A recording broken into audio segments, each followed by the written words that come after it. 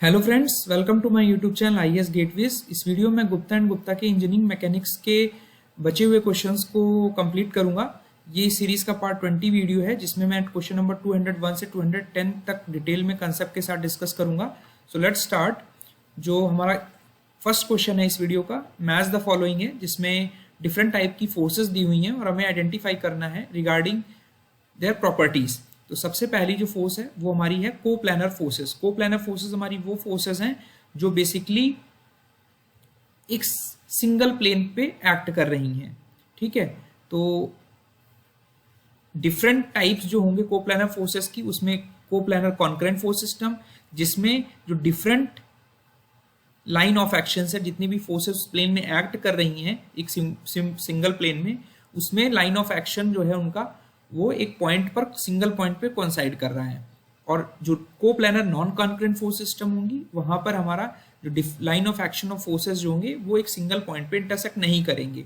Collinear हमारी वो forces होंगी, कॉलिनियर फोर्सेस वो कोप्लानर फोर्सेस होंगी जो एक सिंगल लाइन में लाइन ऑफ एक्शन जो होगा उनका सेम होगा। ठीक है, तो ये नॉन कोप्लानर पैरेलल फोर्सेस हो गई, ये कोप्लानर पैरेलल फोर्सेस हो गई, ये कोप्लानर लाइक फोर्सेस हो गई, बिकॉज इनका जो डायरेक्शन ऑफ लाइन एक्शन है वो सेम है। ठीक है, और ये non parallel non concurrent force system हो गया। Means X Y Z, means हमारा जो इनका X Y Z coordinate system, यानी तीसरे कोऑर्डिनेट सिस्टम में हमारी ये फोर्सेस लाई करने लगेंगी एक्स वाई के प्लेन के साथ साथ। तो ऐसी जो फोर्सेस हैं वो हमारी कहलाएंगी नॉन कोप्लानर फोर्सेस। तो यहां पर आप मैच आउट करोगे तो you will come to know कि हमारा ऑप्शन ए का जो होगा 3 होगा, line of action of all forces line the same plane. ठीक है, ऑप्शन बी जो कॉन्करेंट फोर्सेस होंगी इसका हमारा ऑप्शन बी का 4 होगा, जिसमें line of action of all forces pass through common point. Non concurrent coplanar force means उनका जो लाइन ऑफ एक्शन है एक सिंगल पॉइंट पे एक्ट नहीं कर रहा है, बट एक प्लेन में सारी फोर्सेस एक्ट कर रही हैं। ठीक है, कॉलिनियर फोर्सेस वो फोर्सेस होंगी जिसमें हमारी वेक्टर्स जो होंगे, डायरेक्शंस होंगे जो फोर्सेस के, वो they will lie along the same line. ठीक है, तो करेक्ट आंसर हमारा ऑप्शन 5 होगा डी के लिए। तो करेक्ट ऑप्शन हमारा ऑप्शन डी होगा इस क्वेश्चन के लिए। उसका नेक्स्ट क्वेश्चन पर आते हैं। इसमें बोल रहा है कि 2 पार्टिकल्स हैं, हमारे मासेस 21 ग्राम है, इसको मान लेते हैं स्मॉल एम, और 28 ग्राम का जो मास है उस कैपिटल एम मान लेते हैं। They are connected by a light inextensible string, यानी जब वेट में लटका हुआ है तो ये हमारी स्ट्रिंग्स जो हैं ये एक्सटेंड नहीं हो रही हैं, means there is no extension under the effect of loads. ठीक है, which passes over a fixed smooth pulley. Smooth pulley का मतलब हमारा जो कोफिशिएंट ऑफ फ्रिक्शन है वो हमारा 0 है। The tension in the string is in swing motion, यानी जब हमारा मोशन स्टार्ट होगा उस केस में हमारा जो टेंशन होगा स्ट्रिंग में वो कितना होगा। तो we will use the equilibrium concept and Newton's laws of motion. तो यहाँ पर बिकॉज यहाँ इसका वेट जो है, इसका मास ज्यादा होने की वजह से हमारा पूरा सिस्टम जो होगा वो इस डायरेक्शन में एक्सेलरेट करेगा। ठीक है, ये मैंने डायरेक्शन ऑफ एक्सेलरेशन दिखाया हुआ है। और इन दोनों मासेस के लिए जो हमारा इक्विलिब्रियम कंडीशंस होंगी, ठीक है, तो we will use the equilibrium equation for first case and second case.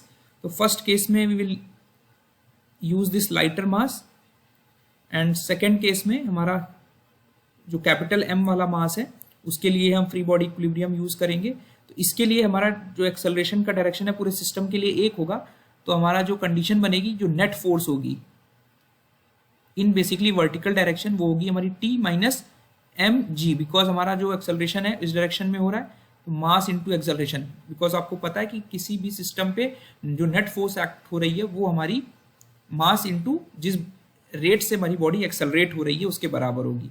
इसी तरह हमारा सेकंड केस जो होगा, जो नेट वर्टिकल फोर्स होगी, उसमें हमारा जो मोशन हो रहा है वो डाउनवर्ड डायरेक्शन में एक्सेलरेट हो रही है बॉडी।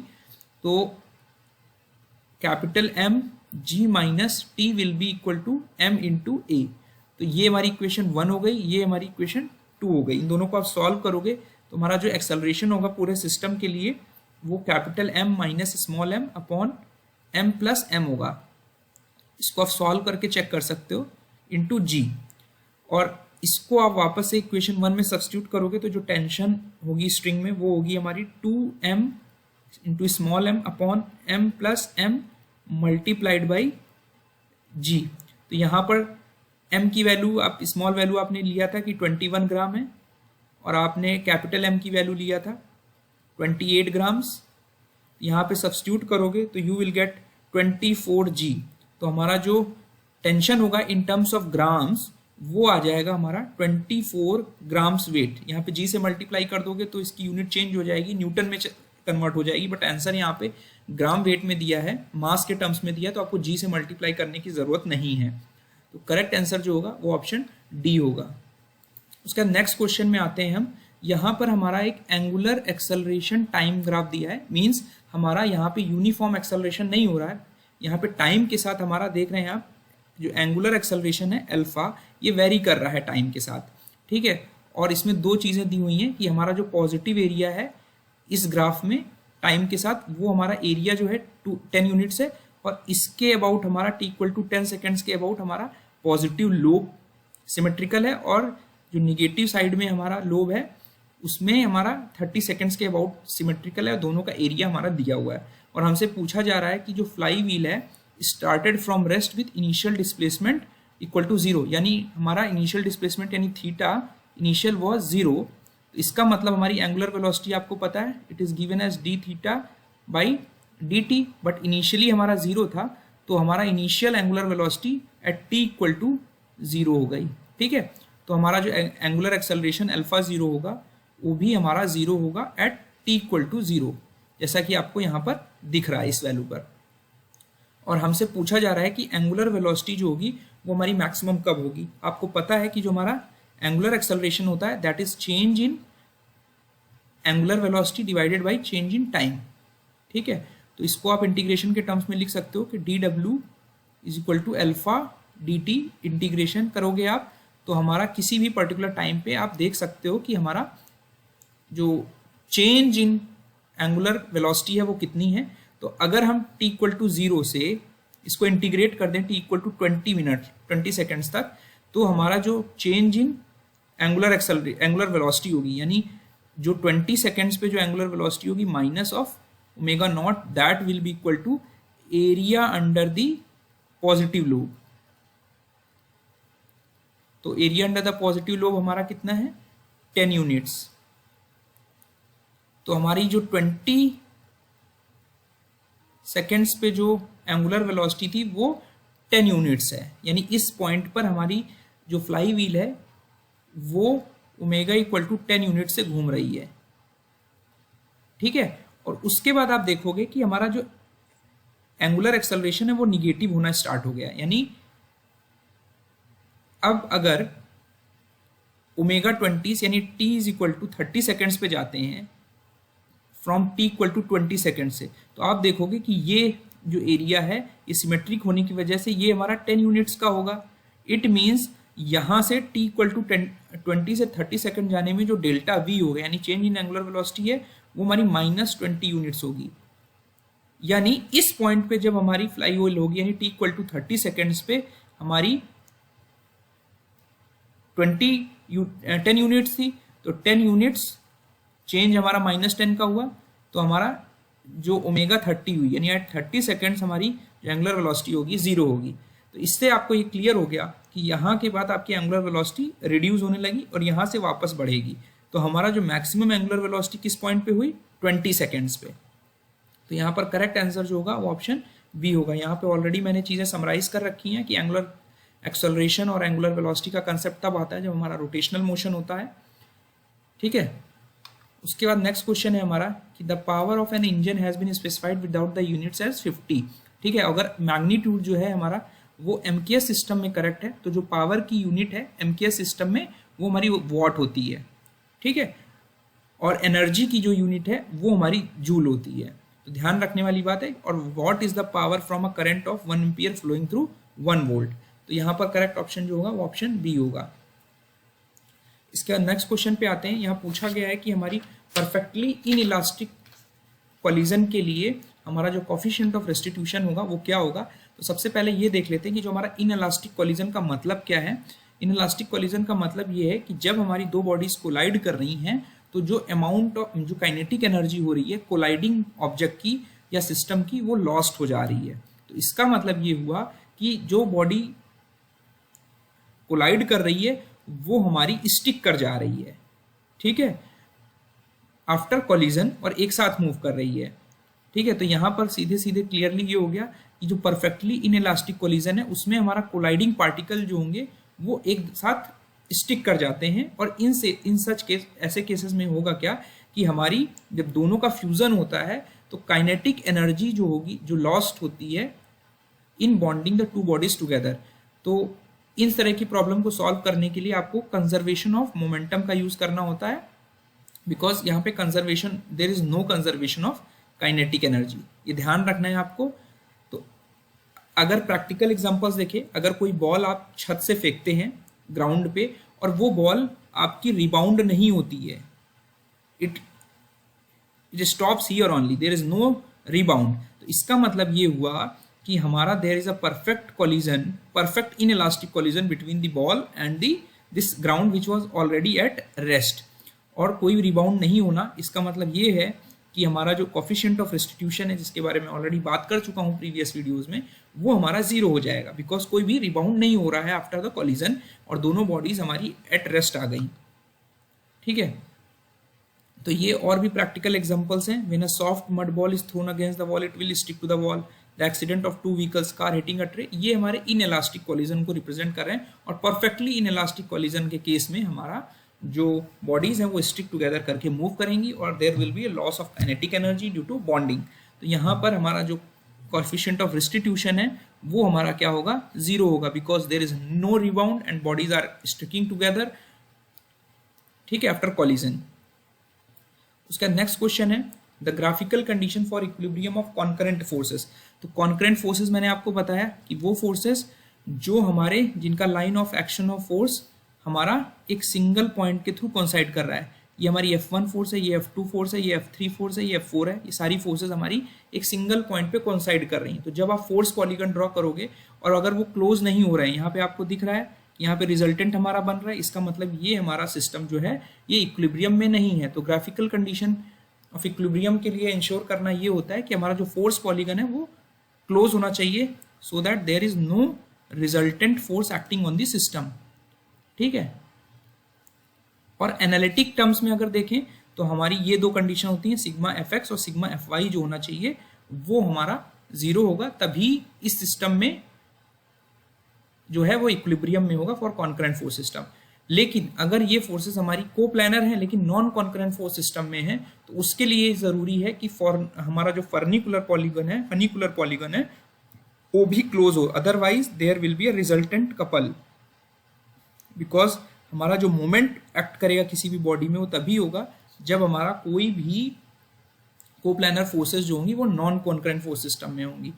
तो उस केस में हम यूज करते हैं कि सिग्मा fx, सिग्मा fy और mz, ये तीन हमारी इक्विलिब्रियम कंडीशंस हैं for ensuring equilibrium of coplanar non concurrent force system. तो यहाँ पर हमारा, अगर आपसे एग्जाम में पूछा जाता है कि coplanar non concurrent force system के लिए कौन कौन सी इक्वेशंस होंगी ग्राफिकल कंडीशन इंश्योर करने के लिए, तो फोर्स पॉलीगन और फर्निकुलर पॉलीगन दोनों ही क्लोज होने चाहिए, तभी आप ये इंश्योर कर सकते हो कि हमारा जो सिस्टम है वो इक्विलिब्रियम में है।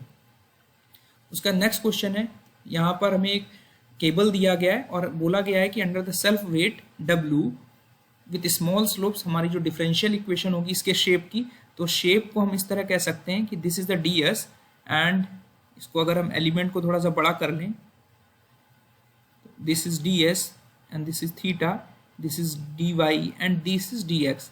तो हमारी ये इक्वेशन क्या बन रही, ds स्क्वायर पाइथागोरस थ्योरम से dx स्क्वायर प्लस dy का होल स्क्वायर, ठीक है। तो मैंने यहाँ पर आपको एग्जांपल समझाने के लिए केबल की प्रोफाइल ली हुई है, जिसमें जब आप इनकी इक्विलिब्रियम यूज करोगे तो आप अगर इस पॉइंट पे देखेंगे, this is theta, you can write कि tan थीटा जो है वो हमारा v/h है, यानी v हमारा जो है that will B summation of all the forces, यानी wx होगा।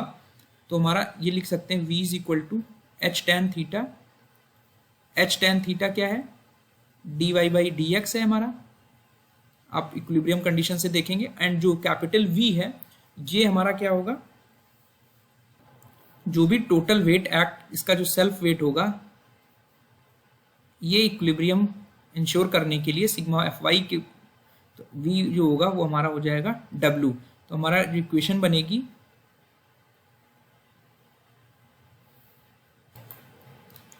जब आप इसको इंटीग्रेशन से सॉल्व करेंगे तो आपकी जो इक्वेशन आएगी y प्रोफाइल की, that will B wx l minus x upon 2h plus hx by L. इसको जब आप डिफ्रेंशिएट करेंगे दो बार तो D square by D x square जो आएगा ये आपका आएगा माइनस डब्ल्यू बाई एच। यहाँ पर जो वेट दिया है वो क्यू दिया हुआ है, तो हमारा जो इक्वेशन आएगी वो ये आएगी। तो ये इक्वेशन आप डेराइव कर सकते हो from the equilibrium system of this element. ठीक है, तो यहाँ पे करेक्ट आंसर जो होगा वो ऑप्शन बी होगा। इसका नेक्स्ट क्वेश्चन है, यहाँ पर पूछा जा रहा है कि हमें एफर्ट निकालना है which is to be applied horizontally to pull a weight on a plane inclined at an angle alpha with horizontal is given as. तो सबसे पहले यहाँ पर एक प्लेन देख लेते हैं। This is the inclined plane जिसका जो एंगल ऑफ इंक्लिनेशन वो अल्फा है, और हमें पूछा जा रहा है कि इसको लिफ्ट करने के लिए वर्टिकली इंक्लाइंड प्लेन के अलॉन्ग लिफ्ट करने के लिए हमें यहाँ पर कितनी हॉरिजेंटल फोर्स निकालनी पड़ेगी। तो बेसिकली जितनी फोर्सेस आपको इस सिस्टम में एक्ट कर रही हैं वो मैंने यहाँ पर ड्रॉ की हुई हैं। यहाँ पे वेट है और ये हमारा नॉर्मल रिएक्शन है। ठीक है, ये हमने जो हॉरिजेंटल फोर्स थी उसको रिजॉल्व किया पी कॉस अल्फा और पी साइन अल्फा में, और जो ये हमारा फ्रिक्शनल फोर्स थी that will be mu times the R value. और यहाँ पर सिंपली आप horizontal and vertical equilibrium ensure करेंगे सिस्टम का। This is the along the plane and this is along the inclined plane. इन दोनों इक्वेशंस को सॉल्व करेंगे तो यू विल कम दैट की जो हॉरिजेंटल फोर्स हमें चाहिए थी बॉडी को अपवर्ड डायरेक्शन में along the inclined plane lift करने के लिए, वो w tan alpha plus phi. मैं इसका पीडीएफ आपको शेयर कर दूंगा तो आपको समझ में आ जाएगा। बेसिक कंसेप्ट है आपका इक्विलिब्रियम से। तो हमारा जो करेक्ट आंसर आएगा, जो हॉरिजेंटल फोर्स हमें चाहिए w वेट के को लिफ्ट करने के लिए along the inclined plane, option A is the correct answer. उसके बाद नेक्स्ट क्वेश्चन है हमारा कि एक पार्टिकल है हमारा प्लेन कर्व पे, ये मान लेते हैं पार्टिकल है जिसने एस डिस्टेंस किसी फिक्स्ड पॉइंट के रेस्पेक्ट में यहाँ से यहाँ तक मूव कर लिया है, और इसकी रेडियल जो दूरी है वो हमारी आर थीटा है, यानी ये रेडियस आर है, और जो हमारा एंगल बन रहा है बेसिकली चेंज हुआ फिक्स पॉइंट के रेस्पेक्ट में वो हमारा थीटा हुआ। और हमसे पूछा जा रहा है कि हमारा जो ट्रांसवर्स कंपोनेंट है एक्सेलरेशन का वो बताना है हमें। तो अलोंग द वेलोसिटी वेक्टर जो हमारा डायरेक्शन होगा वो टेंजेंशियल डायरेक्शन होगा AT, और जो towards the curvature centre of curvature होगा वो हमारा रेडियल एक्सेलरेशन होगा which is represented as AR, जिसे आप ट्रांसवर्स कंपोनेंट भी बोलते हो। तो from the derivation you will come to know कि हमारा जो AR की वैल्यू है, ये मैं आपको बता देता हूँ कि जो रेडियल डायरेक्शन में आपकी वैल्यू है इन पोलर कोऑर्डिनेट सिस्टम, ये आप ध्यान रखो D square by R dt square minus R D square theta upon dt square होती है। और जो नॉर्मल कंपोनेंट है, सॉरी टेंजेंशियल कंपोनेंट है, रेडियल कंपोनेंट तो आपका नॉर्मल कंपोनेंट हो गया, ट्रांसवर्स कंपोनेंट हो गया, और जो आपका